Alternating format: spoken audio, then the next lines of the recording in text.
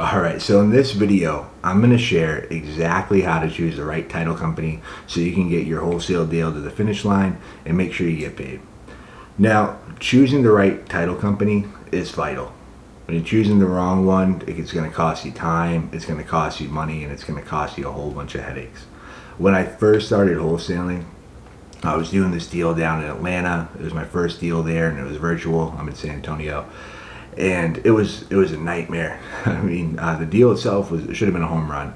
It was a small deal, it was a cash deal. The guy was buying it sight unseen. And, everything should have been good. The seller was happy, the buyer was happy. I had great rapport with both.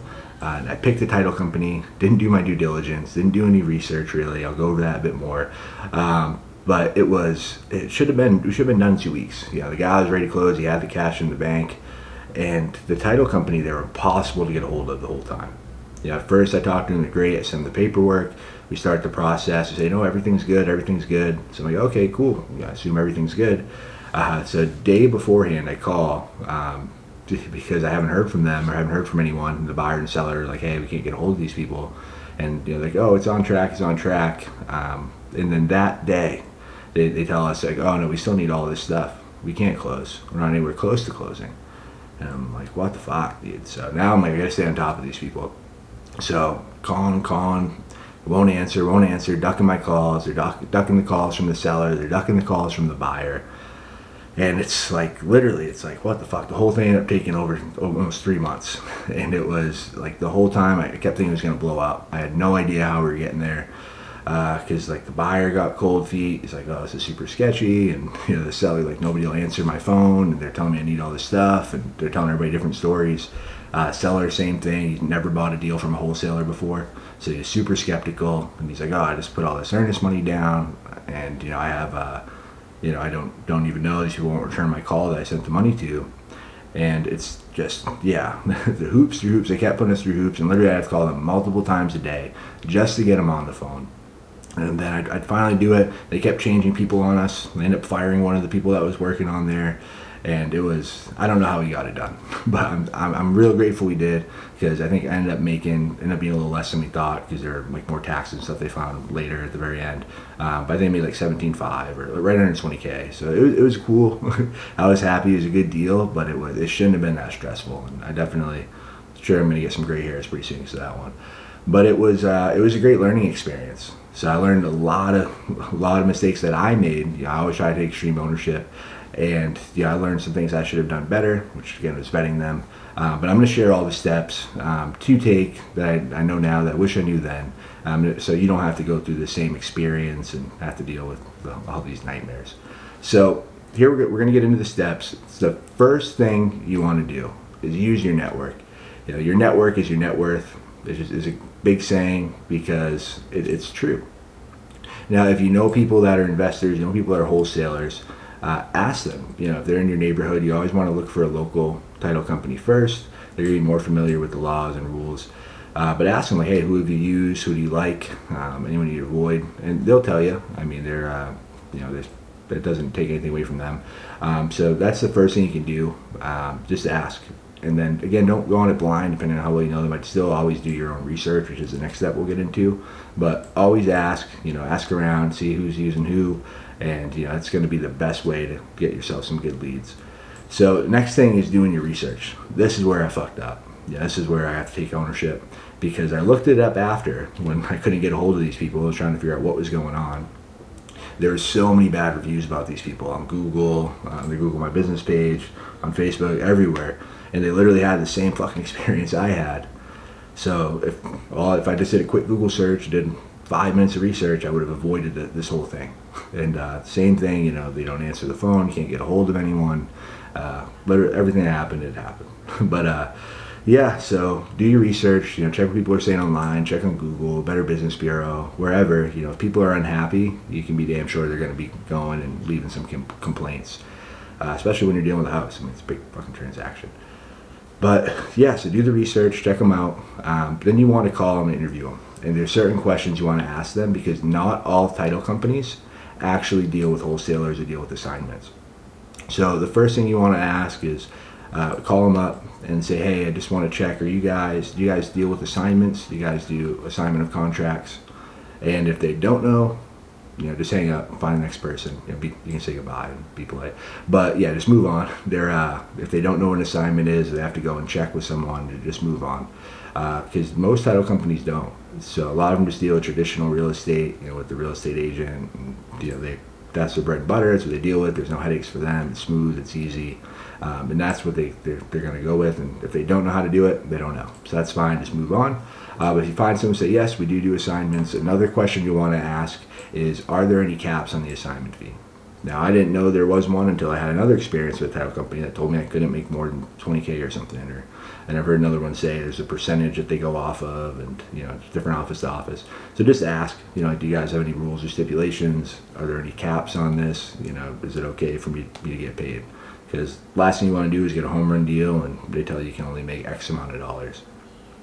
And ask to talk to the escrow agent, or the escrow officer rather. So you cut back. So ask to talk to the escrow officer and see how quickly you can get them on the phone. Because if you can't, you're only talking to the assistant, it's going to be a pain.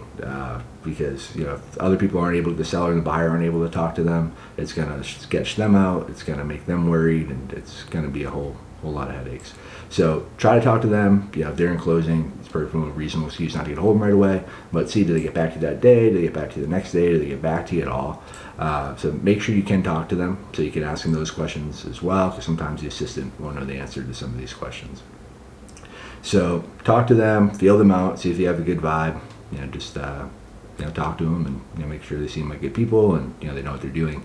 On top of that, so we did that. We make sure you can get a hold of them. They make sure they had good reviews. They seem like they deal with assignments and they can help you. Then you have to decide. Again, I talked to a few of them first before you make a decision. But get a couple of them, then decide which one you want to go with. You can also check, see what their fees are, what their rates. Some will charge different amounts. Again, it's not usually a huge difference, but it's good to check because you could be doing a service for your buyer by having them pay less closing fees. So it's always good to check, see what their fees are as well. So you find one you're comfortable with. Hopefully, you've got a recommendation on them, you've done your research. Then you're going to move forward and get the deal done. And I go through it more in other videos, but real quick with title, you're going to send them the signed copy of the purchase agreement. You're going to make sure it's good, it's how they want it. Sometimes I've had title companies say, oh, you need to put and or assignee. Other ones even in the same city and state, so they don't need it. So just make sure it's good, it has what they need. Also make sure you put earnest money down. Again, I don't usually put a whole lot of earnest money down on residential deals. It's usually we're doing $10, $100. But that way you can at least lock it up and the contract's yours and you start the title process, and hopefully it's might have to do a memorandum to really make sure you have protection, but you got to make sure you don't make a stinker deal. So you have that, it's there, you find the buyer, get them to sign the assignment agreement, send the assignment agreement to title, make sure they send the money to title, make sure they put the earnest money down, because I've had buyers tell me, oh, we put the earnest money down, and I'm like, lo and behold, I better call and check, and they didn't put the money there. So make sure you do that, make sure you check, make sure they got the money, and then make sure you talk to them and see what they need. Try to help them. You really want to build a relationship. So ideally, perfect world, everyone gets it. You just get paid at the end, when they close. And so just try to help title out. Ask them, what documents you need. Is there anything I can help you with? They're going to give you some pushback, but say, hey, no, I really want to help make this as easy as possible for you. So you did that. Really, it should be that smooth. But the last step, and I learned this from my mentor, what he shared with me, and I started doing it as a game changer, is to take care of them. Really focus on that long-term relationship. So what we do is we actually buy breakfast. So we'll Uber Eats or wherever, some local delivery place, I'll get a bunch of donuts, or I'll order breakfast and just treat their whole office every time we close a deal. Because when you can build that relationship, and you do that because nobody else is really doing that, you're going to be top of mind, and you're going to be the first person, these people see you, they're going to be happy to work with you, excited, and you're going to go to the top of the pile. So, and that's helped me, that saved me on some deals when I've had issues with buyers and sellers, and the title company's got my back and they know me, and I can use them as a trusted resource, really just kind of build that authority and trust with the seller by saying, hey, talk to this title company, we've done a bunch of deals with them, they're going to be there to make sure all the documents are good. It's not like, you're just signing the title over me, it's all handled through them. So they make sure it's all done legally and correctly. But having that relationship is super important.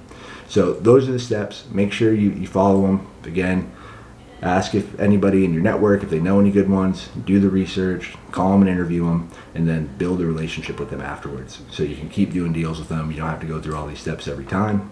But hopefully that was helpful. Hopefully that was informative for you guys. If you have any questions, if you don't know what contracts to use, you can download them right below. I'll drop the link for you guys.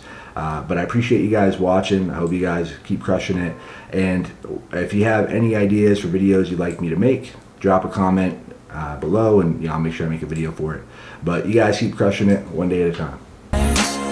Until I started taking life one day at a time.